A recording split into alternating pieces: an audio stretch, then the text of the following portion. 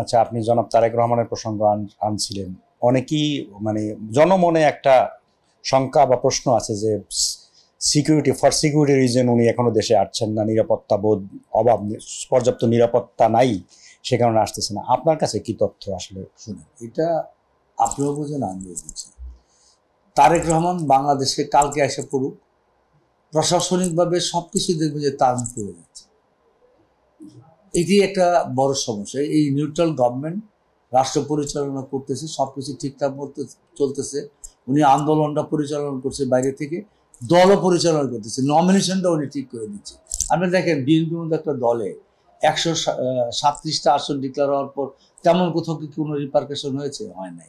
ওই ছোটোখাটো 2-4টা জায়গায় কিছু থাকতেই পারে, এত বড় একটা দল, যোগ্য অনেক লোক আছে। তো সুতরাং এইটা ওনার আশাটা, ওনার সিকিউরিটির কোনো বিষয় না। সিকিউরিটি, নিরাপত্তা, রাজনৈতিক কর্মী আছে, উনি নিজের সাহসের সহিত সব কিছু মোকাবেলা করেছে।